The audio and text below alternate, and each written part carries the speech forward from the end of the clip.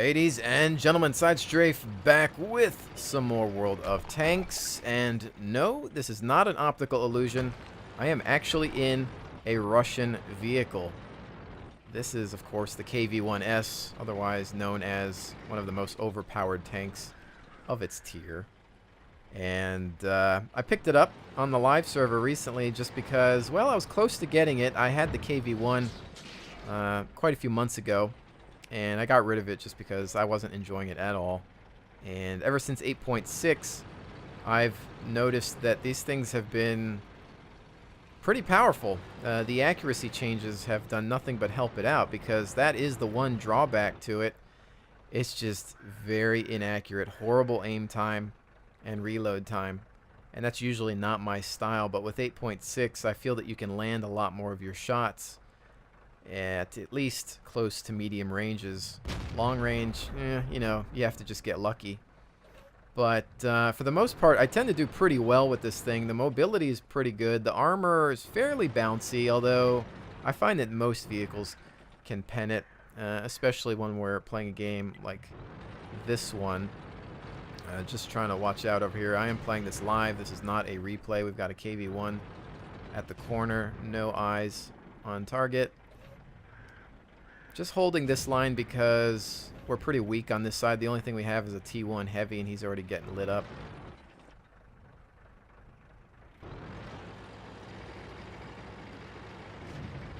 I want to kind of see if I can snag a target over here, but I don't know if that KV-1 is alone. I never like crossing this line because I always get tackled. We are letting their team have it, though, so I want to push in a bit more and put this gun to use, because when it hits, oh boy does it hit. Considering the fact that it does as much damage as some of my tier 8s, if not more. Extremely high alpha, just really bad rate of fire. But when you're doing this much damage, it really doesn't matter. Alright, T1, all you while I reload. That's the only reason I came in on him like this, because I had some backup. Otherwise, my armor isn't fantastical. Gets the job done. His shot is out. Let's see if we can finish him off. On the 6. Bring her about. Use the T1 as cover. No. That's not happening, M4. Where you going, buddy? I like you. We can be friends.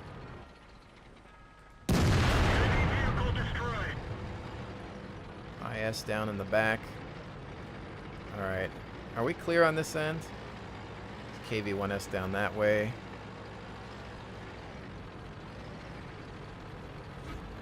Gonna roll around and check for extra targets.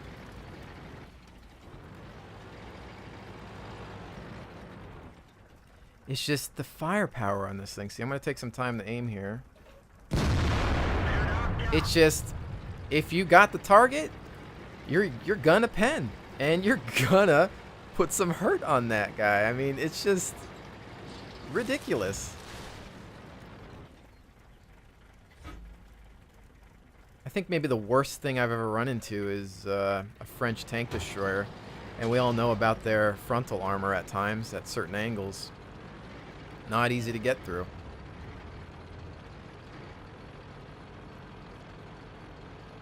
But, you know, I was playing this thing last night to test it out, and even at a loss, I'm usually leaving a game with 3 kills. It's just ridiculous, and I now understand why people are playing these Russian tanks with their high alpha damage. I can't get to him. There's just some artillery left. And some people prefer rate of fire. And in some cases I do, like on my M10 Wolverine. I love the rate of fire and the amount of damage it does. But it also has reliable penetration. And some tanks out there that are high tier where people will switch over to a gun with rate of fire versus pen and damage, it's very situational. in most cases, I play where I have cover. So if you're fighting enemy tanks that have... Really, guys? I'm just going to fire. I didn't even take the time to aim on that one, gentlemen. Most of the time, if you're in a situation where you're dealing with an enemy with cover, they're going to negate your rate of fire. So let's say they're behind a rock. You got some mad rate of fire. Well, you get one shot off to surprise them. They're like, okay, now I know where you're at. They back off. And now the point of you having rate of fire, it doesn't matter. However, if you have a gun with high alpha damage and you slam him, your surprising ambush shot, you slam him for 300-400 damage, that's going to go a lot more towards winning the game versus having that rate of fire. So again, it really depends. Rate of fire is awesome if your target is out in the open, you can track him, maybe you're flanking. I think high alpha damage wins out when you're talking about ambush, surprise attack, hitting extreme weak spots. So I think it's really dependent, but sometimes it's kind of why I use the 105 on the Centurion Mark 7/1, whereas some people switch over to the 20-pounder Type B. I would rather have the accuracy, penetration, and alpha damage versus the rate of fire because of the way I play. As a sniper, I want to hit for max damage and you know, make that guy wish he didn't come out in the open. So that's kind of why I like the KV-1S, because you can just slam people at all tiers and then take cover and work on getting another shot in later. So here you can see we've got radio hit on the Hummel. Well, everything hit on the Hummel. Boy. KV-1 radio track engine. I like looking at the detailed stats now. It's fun. Not too shabby, if I do say so myself. I feel like this is the tank you go to if you just want to relieve some stress, because again, even at a loss, as long as you get somebody in your crosshairs, it's going to be over. But I'm a little low on credits. I've been buying a lot of new tanks lately, and so I don't have enough money to get myself a large caliber tank gun rammer, which is definitely what this thing needs. Suppose I could pull one off of my other vehicles, but I don't know. Anyway, yeah, I don't have a lot of Russian tanks. I just have the Churchill Premium, which is going to help level up my crew, but they're already getting there anyway. This crew was from the Churchill. I just converted them over, and I've been buying a few other vehicles as well. But you know, let's take a better look at this KV-1S. It's just all about this gun. I mean, look at this thing. It's ridiculous. 390 average damage, 175 penetration. You know, the flaws, rate of fire, accuracy is fracking terrible, and 3.4 aim time. But it's just like I said, I mean, you saw there at close to medium range with 8.6, sometimes you don't even have to finish aiming. It's best if you do, but if you want to snapshot something, it's gonna hit, especially if it's a big tank.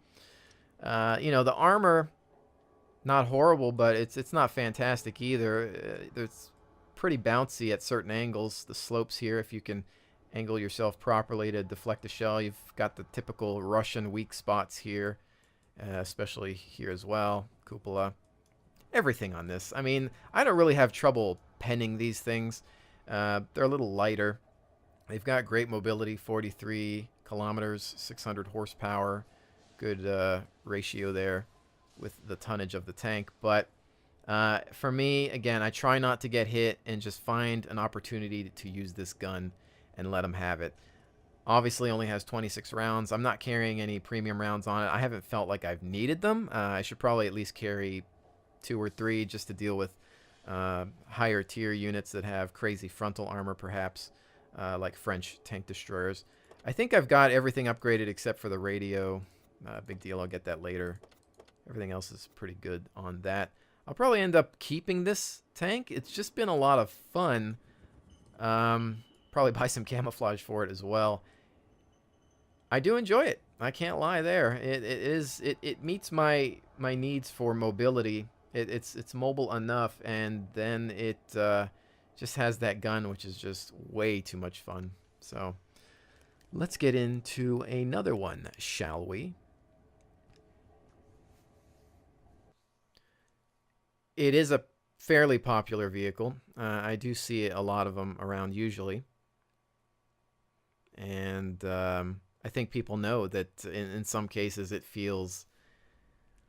you know, I don't like calling tanks overpowered. I'm not one of those guys. I don't usually do that. I try to find, you know, the good, the bad, and the ugly out of all vehicles. And I typically play tanks that are underdogs and harder to play. It's common knowledge that some of the Russian tanks are just easier to get into and play. Most people that spend most of their time in Russian vehicles have a higher win ratio just because of the survivability. But in some cases, just the fact that this gun does what it does at its tier, you know, it's tough. And I've tried to match it up against other vehicles, and it's just really hard to touch. Generally, other tanks, such as like the M6 on the American side, tend to just have rate of fire with decent penetration. And sometimes that's great, but again, that alpha damage, I don't know, it just seems to win over, and the fact that this thing is as mobile as it is, has a decent amount of hit points and armor, yeah, you could put it close to the overpowered line, I suppose. But really, you know, I don't have trouble taking these things out. It's just you don't ever want to be in front of it. Do not engage if this thing is looking at you. Don't peekaboo and say, oh, I can get up. No, just stay away from its main gun and you'll be fine. You can pen it pretty much everywhere. Tons of weak spots on the front, and the armor's just not that great on the sides and the rear anyway. But this tiering here, this is pretty much the worst case scenario. So let's see how we can do in this type of matchup. I usually go for the train tracks because, well, most people don't, but I feel that this tank is better suited for this environment here.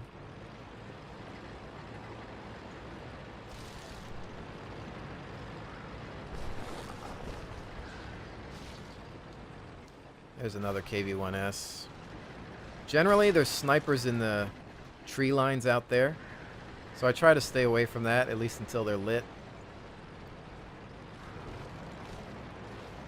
Kind of want to slow down a little bit just to get this aim time right. Do it, KV-1S. Do it. Be a hero. Come on. Oh, he doesn't want to do it. Oh, I wish he would come out. Come on. He only has 760 hit points, which means he has the first turret, I think.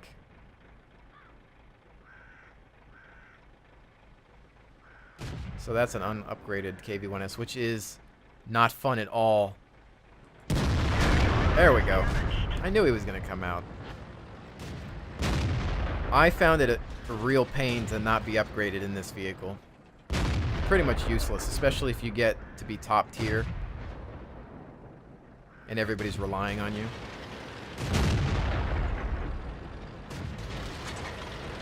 Let's see, what are these guys getting hit by? The front targets or anything from the left?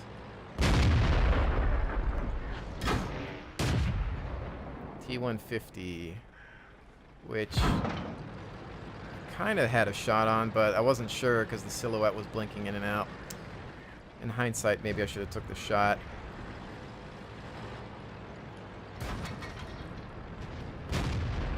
Low speed. Oh, no, Churchill! Churchill! You son of a gun. Not that he knows that I'm here. It's not his fault, but I would have blasted that guy. Oh, well. Always happens to me. Oh, I'm just creeping. Oh, come on, Churchill. Do it. Ow! Somebody found an opening. I can't. I don't have the aim time, and I want to get out of this shot. Son of a... It's a Pershing, too. Alright, let me switch up over here. Aw, frack me. Well, that's that. That's a worst case scenario game. Just came out in the open there. I guess that the Pershing was probably shooting through that alleyway over there, and I wanted to get out of there, and I probably should have went around the building. Instead, I was trying to... I don't know what I was doing. That was just a big mistake on my part. I got one-shotted. And we have an AFK Churchill, I think. Swell. Another KV-1S up here. Damn, that was stupid. I hate when I make dumb mistakes like that. I really do. Because I replay it in my mind over and over again. And we were going to win this. I needed to go back through the other building, not go out in the front like an idiot. Stupid Pershing. If it wasn't for that Pershing right there holding me down, I would have maintained my position and fired at that Churchill. But this son of a gun.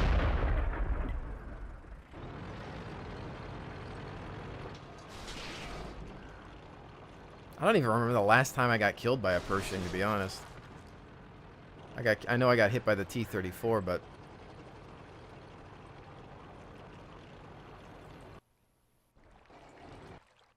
Let's see who's dealing with him. The Tiger was down there. Yeah, this is... See, I should have went behind that building there. I should have just easily reversed. But that Pershing would have had probably... I mean, he had at least 2 shots on me. I probably would have taken a 3rd hit, but I'd still be alive. Look at it, I came right out into the open because I'm going to try to push forward up there and just get behind that cover, but I didn't pay attention to what was on this side, even though I had my mini-map open. I wasn't really focusing on it. Darn it.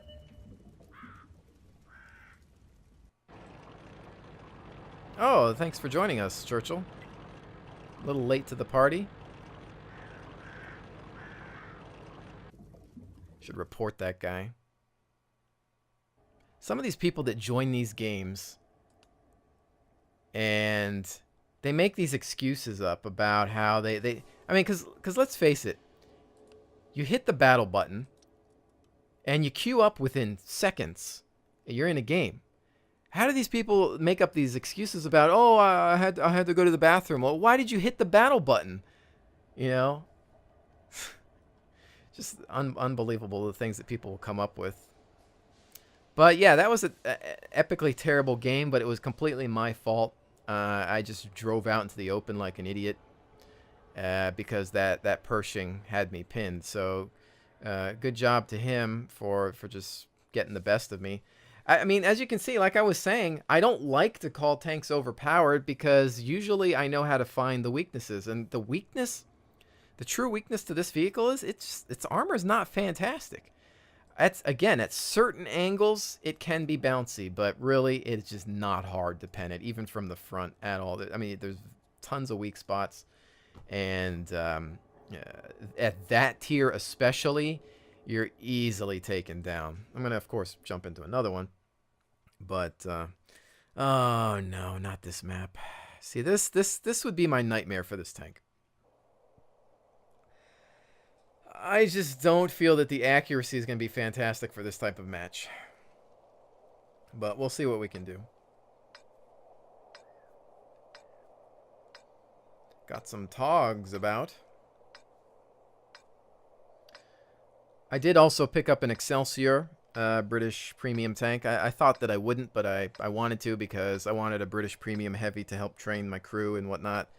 And there's something about it that's kind of charming. I do have fun with it. The gun is just the rough part about it. I mean, I feel that I have to end up switching to premium ammo half the time to take anything out, and it's kind of difficult to deal with. But well,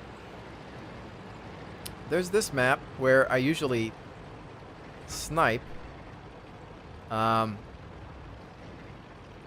There's one piece of artillery.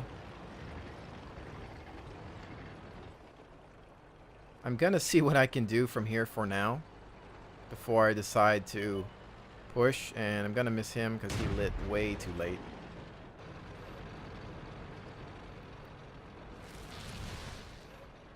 Oh, he's not gonna come back out. He's just trying to spot everybody now. You, however, there's that aim time. Aw, ding, went right to the turret. That's a T-150 though. I think he has a lot better armor. Hide while we reload.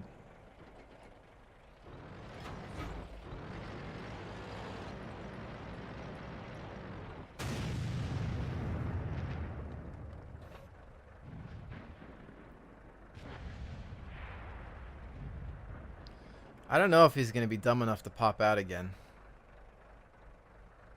Come on, pull a side strafe and drive out into the open.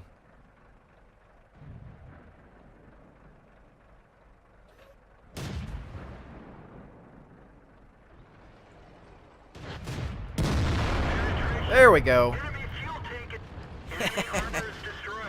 Look how my crewman can't even finish his sentence. He died so fast. That's not bad accuracy for that range. That's not bad at all. Oh, I hope... No, he must have been aiming for that guy. That guy's just asking for it, hopefully. I don't want to get nuked at all. Keep an eye on that fire extinguisher, just in case.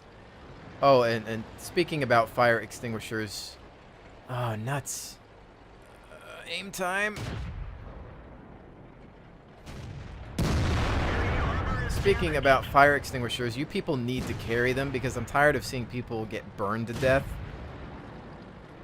A lot of people don't use them. I mean, sometimes people replace it with another piece of equipment, and I understand why you do it, but I see a lot of people just get burnt.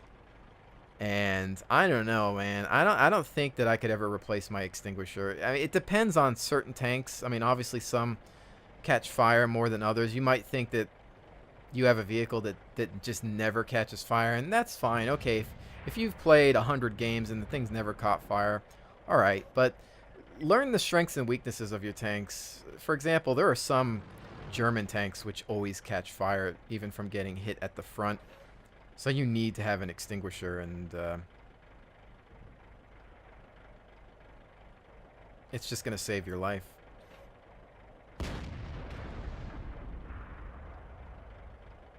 So we've already gotten some decent hits out.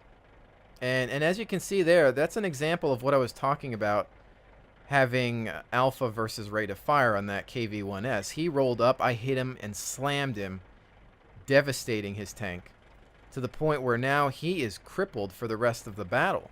Whereas if I had a gun that did high rate of fire, you know, maybe I would have had one shot off before he got to cover. Maybe I could have gotten a second shot off depending on the rate of fire.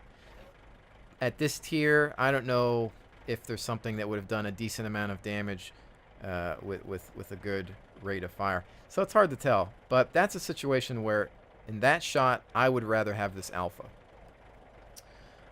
We are not doing so hot on the other flank, I don't think. They need to just pull back.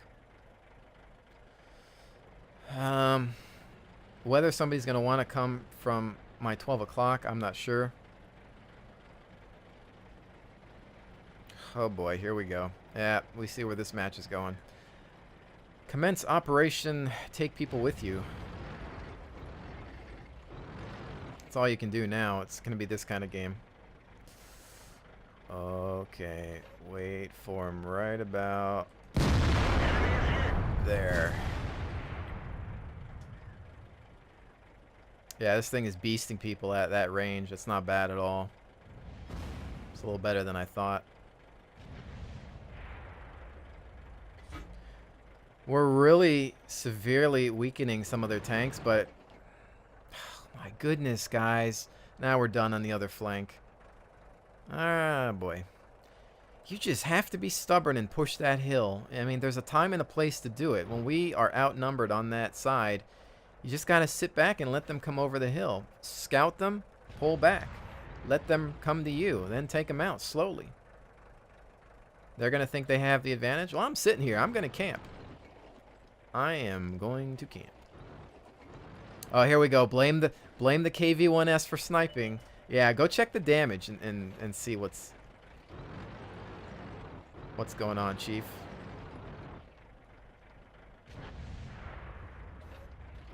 Check the damage at the end of the game and you can tell me who did better.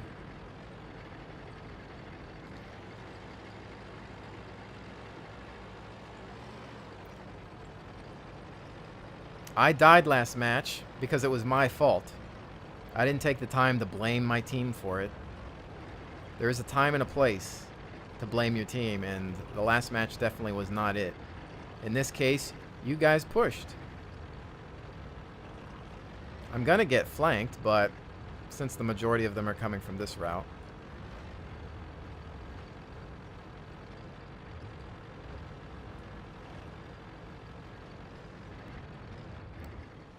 Let's see here.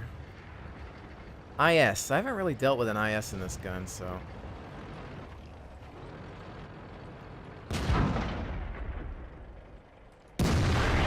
Oh, that's not good. Came right off of the angle. They're going to press me hard here. Now this is where reload time hurts.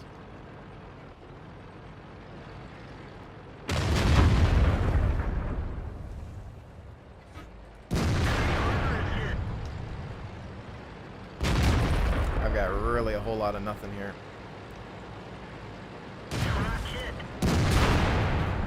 Hello!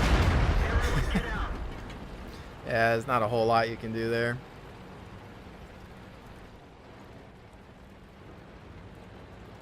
Should have fired at the IS. I should have prioritized him. I'm curious about the damage. Let's see the damage.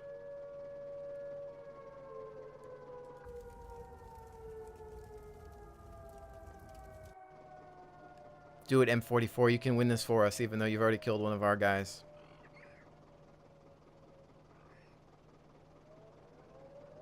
You've got this. Look, he's got a little window and everything.